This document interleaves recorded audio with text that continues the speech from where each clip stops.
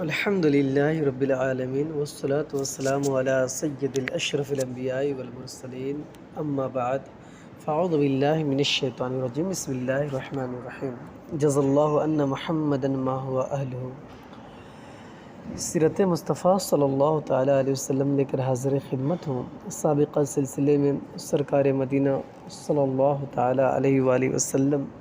کے والدین کے ایمان کے متعلق جاننے کی کوشش کر رہے تھے۔ اب مزید سرکار دو عالم صلی اللہ تعالیٰ علیہ وسلم کی ولادت سے قبل کی جو برکات کا ظہور ہوا اس کے بارے میں جاننے کی کوشش کرتے ہیں۔ جس طرح سورج نکلنے سے پہلے ستاروں کی روپوشی، صبح صادق کی سفیدی، شفق کی سرخی سورج نکلنے کی خوشخبری دینے لگتا ہے، اسی طرح جب آفتاب رسالت کے طلوع کا زمانہ قریب آ گیا تو اطراف عالم میں بہت سے ایسے عجیب واقعات اور خوارق عادات بطور علامات کے ظاہر ہونے لگے جو ساری کائنات کو جھنجھوڑ کر یہ بشارت دینے لگے کہ اب رسالت کا آفتاب اپنی پوری آب و تاب کے ساتھ طلوع ہونے والا ہے۔ چنانچہ اصحاب فیل کی ہلاکت کا واقعہ، ناگہاں باران رحمت سے سرزمین عرب کا سرسبز و شاداب ہو جانا اور برسوں کی خشک سالی دفع ہو کر پورے ملک میں خوشحالی کا دورہ ہو جانا، بتوں کا منہ کے بل گر پڑنا، فارس کے مجوسیوں کی 1000 سال سے جلائی ہوئی آگ کا ایک لمحہ میں بجھ جانا، کسریٰ کے محل کا زلزلہ اور اس کے 14 کنگروں کا منہدم ہو جانا، ہمدان اور قم کے درمیان 6 میل لمبے 6 میل چوڑے بحر ساوا کا یکایک بالکل خشک ہو جانا، شام اور کوفہ کے درمیان وادی سماوا کی خشک ندی کا اچانک جاری ہو جانا، حضور پاک صلی اللہ علیہ وسلم کی والدہ کا بدن سے ایک ایسا نور کا نکلنا جس سے بصرہ کے محل روشن ہو گئے۔ یہ سب واقعات اسی سلسلہ کی کڑیاں ہیں جو حضور علیہ السلام کی تشریف آوری سے پہلے ہی مبشرات بن کر عالم کائنات کو یہ خوشخبری دینے لگا کہ مبارک ہو وہ شہ پردے سے باہر آنے والا ہے، گدائی کو زمانہ جس کے در پر آنے والا ہے۔ حضرات انبیاء کرام علیہ السلام سے قبل اعلان نبوت جو خلاف عادت اور عقل کو حیرت میں ڈالنے والے واقعات صادر ہوتے ہیں ان کو شریعت کی اصطلاح میں ارہاس کہتے ہیں، اور اعلان نبوت کے بعد انہی کو معجزہ کہا جاتا ہے۔ اسی لیے مذکورہ بالا تمام واقعات ارہاس ہیں جو نبی آخر الزمان صلی اللہ تعالیٰ علیہ وسلم کے اعلان نبوت کرنے سے قبل ظاہر ہوئے، جن کو ہم نے برکات نبوت کے عنوان سے بیان کیا تھا۔ اس قسم کے واقعات جو ارہاس کہلاتے ہیں ان کی تعداد بہت زیادہ ہے، ان میں سے چند کا ذکر ہو چکا ہے، چند واقعات بھی ملاحظہ فرما لیں۔ نمبر 1، محدث ابو نعیم نے اپنی کتاب دلائل النبوہ میں حضرت عبداللہ بن عباس رضی اللہ تعالیٰ عنہما کی روایت سے یہ حدیث پاک کی ہے کہ جس رات حضور پاک صاحب الاولاق سیاح افلاق صلی اللہ تعالیٰ علیہ وسلم کا نور نبوت حضرت عبداللہ رضی اللہ تعالیٰ عنہ کی پشت اقدس سے حضرت آمینہ رضی اللہ تعالیٰ عنہ کے بطن مقدس میں منتقل ہوا، روئے زمین کے تمام چوپایوں خصوصاً قریش کے جانوروں کو اللہ تبارک و تعالیٰ نے گویائی عطا فرمائی اور انہوں نے بزبان فصیح اعلان کیا کہ آج اللہ جل وعلا کا وہ مقدس رسول شکم مادر میں جلوہ گر ہو گیا جس کے سر پر تمام دنیا کی امامت کا تاج ہے اور جو سارے عالم کو روشن کرنے والا چراغ ہے۔ مشرق کے جانوروں نے مغرب کے جانوروں کو بشارت دی، اسی طرح سمندروں اور دریاؤں کے جانوروں نے ایک دوسرے کو یہ خوشخبری سنائی کہ حضرت ابو القاسم صلی اللہ علیہ وسلم کی ولادت باسعادت کا وقت قریب آ گیا ہے۔ یہ امام زرقانی رحمۃ اللہ علیہ نے المواہب اللدنیہ جلد 1 صفحہ نمبر 108 پر تحریر فرمائی ہے۔ نمبر 2، خطیب البغدادی نے اپنی سند کے ساتھ یہ حدیث روایت کی کہ حضور سید عالم صلی اللہ علیہ وسلم کی والدہ ماجدہ حضرت بی بی آمینہ رضی اللہ تعالیٰ عنہا نے فرمایا کہ جب حضور اقدس صلی اللہ علیہ وسلم پیدا ہوئے تو میں نے دیکھا کہ ایک بہت بڑی بدلی آئی جس میں روشنی کے ساتھ ساتھ گھوڑوں کے ہنہنانے اور پرندوں کے اڑنے کی آواز تھی اور کچھ انسانوں کی بولیاں بھی سنائی دیتی تھی۔ پھر ایک دم حضور پاک صلی اللہ تعالیٰ علیہ وسلم میرے سامنے سے غائب ہو گئے، اور میں نے سنا کہ ایک اعلان کرنے والا اعلان کر رہا ہے کہ محمد صلی اللہ علیہ وسلم کو مشرق و مغرب میں گشت کراؤ اور ان کو سمندروں کی بھی سیر کراؤ، تاکہ تمام کائنات کو ان کا نام، ان کا حلیہ، ان کی صفت معلوم ہو جائے، اور ان کو تمام جاندار مخلوق یعنی جن و انس، ملائکہ اور چرندوں و پرندوں کے سامنے پیش کرو،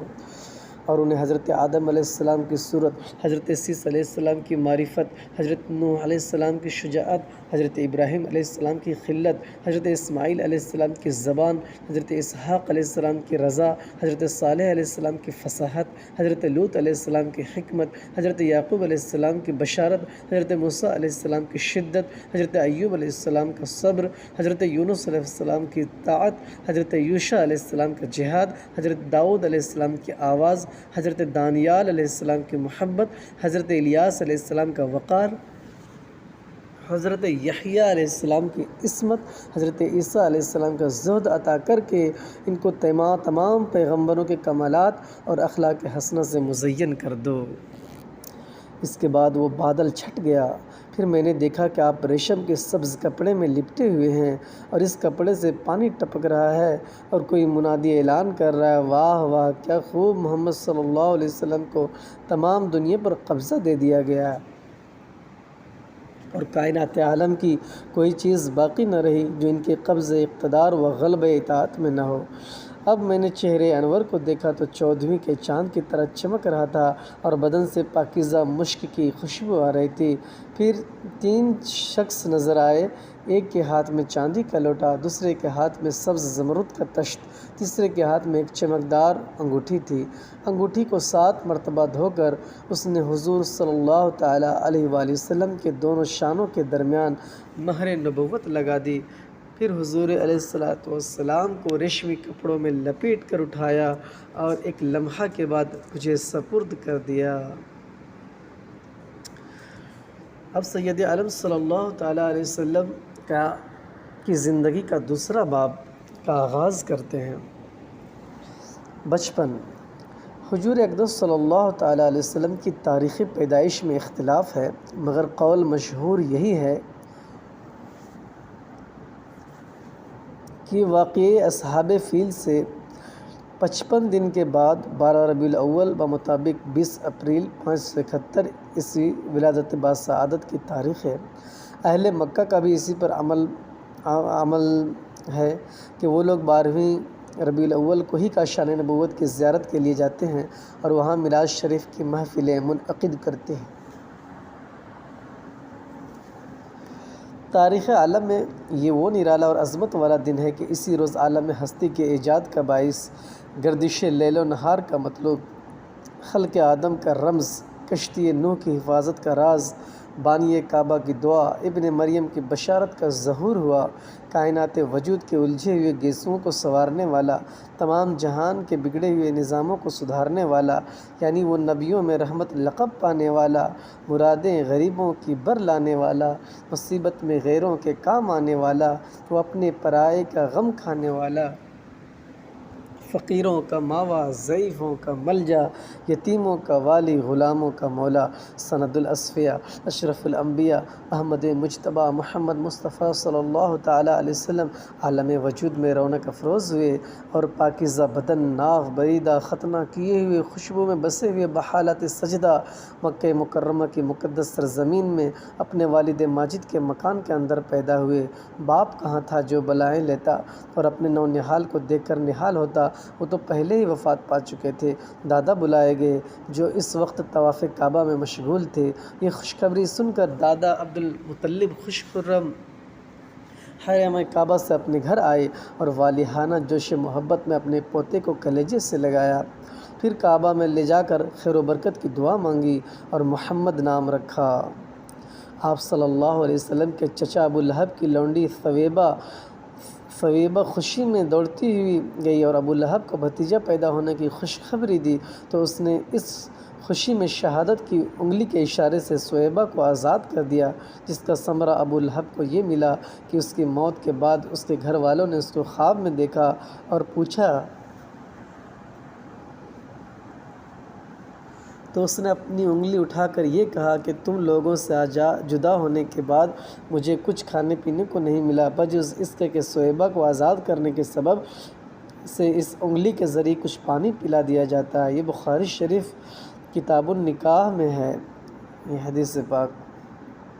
اس موقع پر حضرت شیخ عبدالحق محدث دہلوی نے ایک بہت ہی فکر انگیز اور بصیرت افروز بات بیان فرمائی ہے جو اہل مکہ کے لیے نہایت لذت بخش ہے۔ وہ کہتے ہیں مدارج النبوہ میں کہ اس جگہ میلاد کرنے والوں کے لیے ایک سند ہے کہ حضرت صلی اللہ علیہ وسلم کی شب ولادت میں خوشی مناتے ہیں اور اپنا مال خرچ کرتے ہیں۔ مطلب یہ ہے کہ جو ابو لہب کو جو کافر تھا اس کی مذمت میں قرآن نازل ہوا، حضرت صلی اللہ علیہ وسلم کی ولادت پر خوشی منانے اور باندی کا دودھ خرچ کرنے پر جزا دی گئی، تو اس مسلمان کا کیا حال ہوگا جو آپ صلی اللہ علیہ وسلم کی محبت میں سرشار ہو کر خوشی مناتے ہیں اور اپنا مال خرچ کرتے ہیں۔ اللہ تبارک و تعالی ہم سب کو بھی میلاد النبی صلی اللہ علیہ وسلم کی برکتوں سے مالا مال فرمائے۔ آئندہ سلسلے میں انشاءاللہ العزیز سرکار دو عالم صلی اللہ علیہ وسلم کی ولادت گاہ کے بارے میں جاننے کی کوشش کریں گے اور مزید تفصیل حاصل کرنے کی کوشش کریں گے۔ اللہ تبارک و تعالی ہم سب کو اہدنا الصراط المستقیم پہ چلائے، آمین۔